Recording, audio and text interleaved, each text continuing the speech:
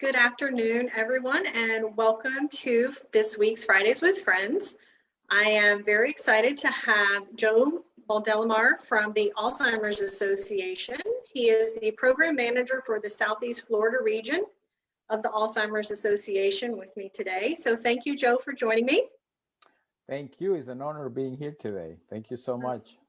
Awesome. So we'll just start out. If you could tell me a little more about the Alzheimer's Association and its mission. Absolutely. So our mission is to eliminate Alzheimer's disease through the advancement of research and to provide enhanced support to all those affected and to reduce the risk of dementia through the promotion of brain health. And of course, our vision is to hopefully have a world without Alzheimer's. Beautiful. And what types of programs are offered at the Alzheimer's Association for those with Alzheimer's? So we have different type of programs, not only for the people affected by the disease, but also for the loved ones and their caregivers. We have specific support groups that are usually for early stage patients. We have several throughout Broward and Dade County, and of course throughout the U.S. And then we also have educational programming on how to better understand Alzheimer's, everything that has to do about legal and financial issues once the people go into the mid stage. And we have also other more specific programming that deals directly with their caregivers. Mm-hmm. And what types of services are there for the caregivers that have their loved ones with Alzheimer's? So the services that we offer are coaching. We also have support groups for our caregivers because we understand that sometimes it's a very diminishing sickness, especially when it affects the loved ones. So we have that in place, and we also have different type of workshops that can benefit, like learning how to deal with behavior, having a conversation about dementia and those type of things. And of course, we also have something that is called this community resource finder that is in one of our sites, and people can actually go in, they can type by zip code, whatever they're looking for. If they're looking for a doctor, for a lawyer, for home care, hair health, for visiting doctors and things like that. Okay. So it's a wide range of services for those who have been diagnosed with Alzheimer's, but as well for the caregivers that are trying to meet the needs for that person. Correct. Yes. Okay. And how would someone access the programs at the Alzheimer's Association? So they can do it two different ways. If they want to just general information, they can go to www.alz.org. That will bring up, all the different type of programming, services, and things like that. But if they want more specific information to research, they can go to www.alz.org/CRF. And that's our community resource finder. Okay. And is there a phone number that people can call to reach the Alzheimer's Association? Absolutely. We have our dedicated phone line is 24/7. That's our helpline. People who usually answer the phone are master level clinicians that can help in any type of situation. And that number is 1-800-272-3900. And one thing that I always like to let people know, when you call, they speak over 200 minutes, and it doesn't matter the date or time. Okay, very good. And from those calls, are they linked back to their local area? So if someone called from Broward or Dade, they're going to get linked back to the Southeast Florida region? Correct. So when they call, depending on the type of situation, if it's just general information, most of the time they will be able to resolve, but this is something more specific, they will be linked to the local chapter program manager in their area. Okay. And, we're all still living through coronavirus, COVID-19. What sort of changes have kind of come about for the Alzheimer's Association, whether it's your programs or anything else?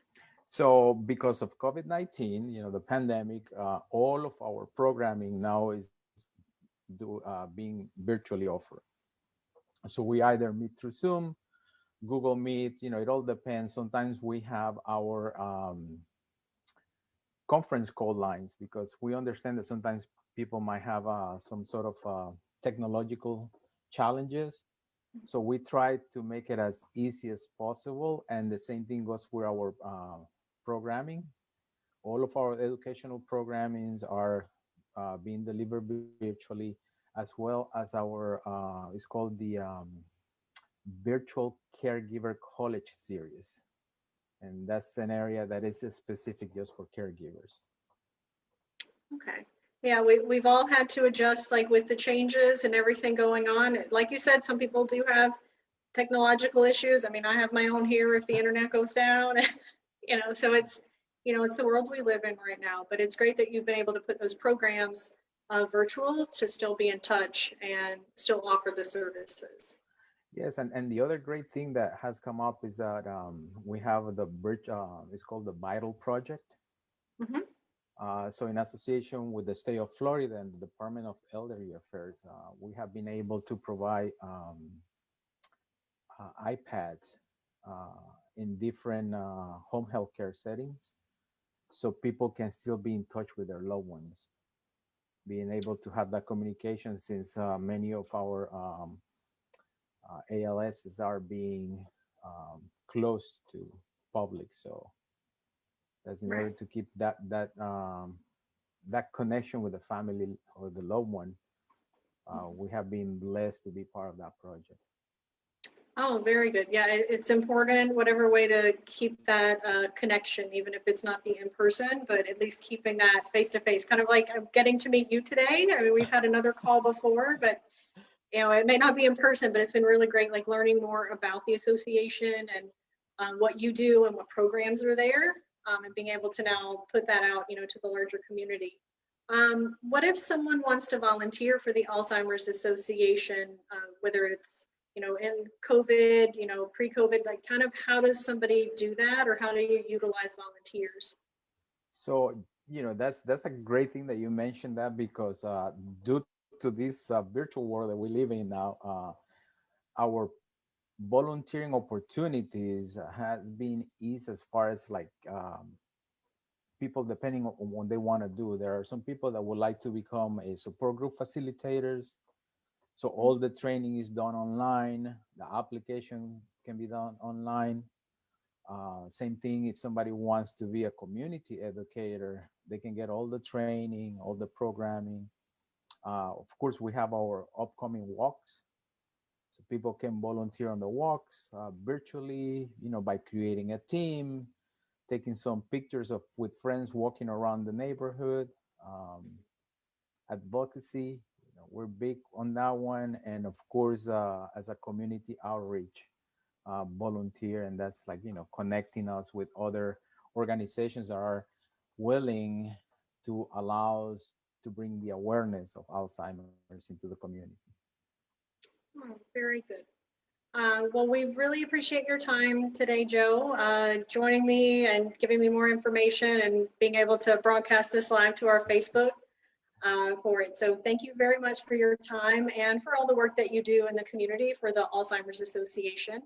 And it's on the background behind you, but I want to remind everyone about the Walk to End Alzheimer's that Joe mentioned. That is up and coming. We had a Fridays with Friends 2 weeks ago about it.